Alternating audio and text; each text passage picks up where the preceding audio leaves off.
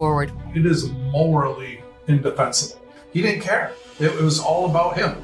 He's a military impersonator. I don't understand how he could do it morally, or he's got absolutely no integrity. The rumor went across the state that he had quit, and it was like, who the hell does that? I mean, it was just unbelievable that a CSM abandoned his troops, 500 soldiers basically, but beyond that, there's 1,000 parents out there that expect that person to lead those people into combat. He's a habitual liar. He lies about everything. He lies about stuff that doesn't make sense. You're taking a piece of their thunder and you're trying to capture it and put it in a bottle for yourself and use that for your own benefit. He basically said, I've got better things to do. Go pick somebody else to go on a mission. Well, if you sold out your guard unit and abandoned them, I mean, what are you going to do at the national level? Fear is a reaction. Bravery is a decision. And Walz has made the wrong decision. He's not brave. I call him a coward because he is. Hello, ladies and gentlemen. Hope you're all having a great and wonderful day. Well, we're going to be talking about Tim Walz as he runs away from a question about the death hostages that happened today in Gaza. More on that most likely tomorrow, not today. But we'll be talking about that, what's going on here, and it's not going to be too great for them, right? It's going to be quite terrible. So we're going to be going over this today, and before we do all of that, we're just going to have to go and kind of inform you on what really happened at Gaza and stuff like that, so you guys have a better view of what's going on. And we'll have more on the crazy stuff later on this week. Israeli military says it recovered the bodies of 6 hostages from an underground tunnel in Gaza on Saturday. The IDF has identified all 6 bodies, which include Israeli-American Hirsch Goldbid Poland. The Israeli defense minister said the hostages were killed just before troops could reach them. According to the initial assessment at our disposal, they were brutally murdered by Hamas terrorists a short while before we reached them. They were abducted alive on the morning of October 7th by the Hamas terror organization. Hamas is blaming Israel for the deaths. A Hamas spokesman said the hostages were killed by Israel's bombing of Gaza without giving specifics. Now, a group representing the families of Israeli hostages is calling for Prime Minister Netanyahu to address the nation and, quote, take responsibility for abandoning the hostages.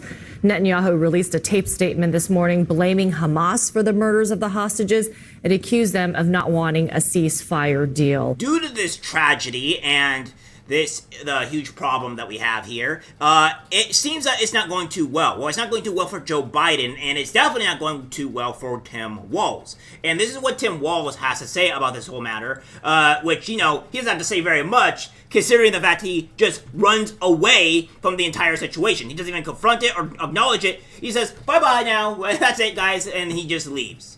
So, without further ado, guys, here we have it. Well, hey, everybody.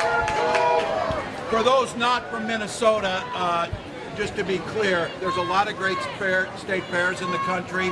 This is the best one. And I say that having tried pork chops in Iowa and been at other ones, but great state fair, great tradition with Princess Kay of the Milky Way. Agriculture is still king in Minnesota. You see that many of these folks are going to participate in agribusiness over their lifetimes that we need here in Minnesota. So great state fair, glad to have you all out here enjoying every bit of it, and started the day with pork chop and vanilla shake. So it's great. So thanks everybody. The question was how much has changed from the last state fair. I don't get 12 days, which I normally get. A little bit more of a disruption, and I'm more concerned, obviously, disruption to the other folks. But it's exciting. I think people are seeing that we're getting to talk about Minnesota across the country, talk about the economy here, talk about things like the state fair, talk about agriculture. That's been really exciting. How are you balancing managing the state of Minnesota and running for president? Yeah, I got a good team on the being able to manage my schedule. We appointed 3 great judges last week in Ramsey County, as you saw. Every night we go through all of the decision memos and meeting with the commissioners.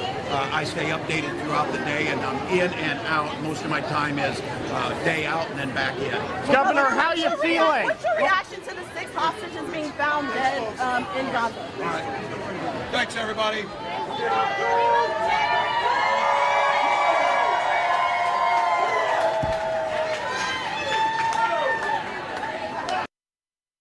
so as you can see here, guys, he runs away after a very serious and very important thing that we need to be talked about. Because it wasn't just 6 hostages, it was 1 American citizen executed, and him, as the VP, should be able to talk about such a serious situation. But of course, this is how the campaign works. This is how they do things. They just simply when there's a very, very tough question, they run away like cowards, they don't address the situation, and they lie to the American people just so they can get votes. And then when they do get in, they do everything that they said they were not going to do because they lied to people. So I don't know about you guys, but this is the kind of the situation that we have with Tim Walz. And he just lies. And not only that, ladies and gentlemen, he's also the one that his own brother slams him for stuff like this too. So again,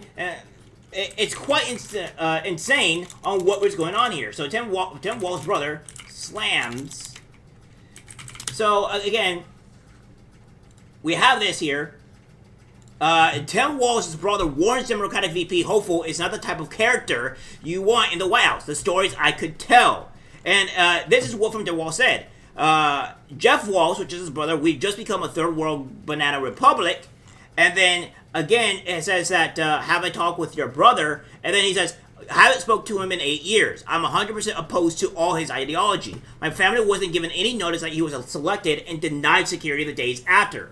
He says, help MAGA get on stage with President Trump and endorse him, help save this country. And he goes on to say, I've thought hard about doing something like that. I'm torn between that and just keeping my family out of it. The stories I could tell, not the type of character you want making decisions about your future. So I'm really hoping that his brother, Jeff Walz, comes out and exposes this man for what he really is. Because, guys, this man cannot be trusted. He's been... the veterans do not like him. His own brother does not like him. Even slamming him for this regard. And this is not something that you just want to have happening constantly. So I think we should take credits here to what the veterans actually think about him, what he's actually been saying about, all of his lies and stuff like that, and his own brother slamming him. So I think this guy, it cannot be trusted. I think this guy is a terrible person. So I think maybe we should not be having this guy in the White House. Maybe he shouldn't be the one to hoist the White House trophy and be allowed to be anywhere near it. So yeah, it's quite insane. He's a coward. He's a failure. Honestly looks like he's a piece of garbage. And when things seriously need to come down and have things be addressed, we all know he will run away. Just like he ran away from his troops, his buddies, when things got rough, and just how he's gonna run away here when things get serious as well. Alright guys, that's it for the video. Like, subscribe, share. As always, take care, my friends. I'm disgusted by what I see in public. Even people closest to us can't be trusted. Cause it's algorithmic disease, the social media.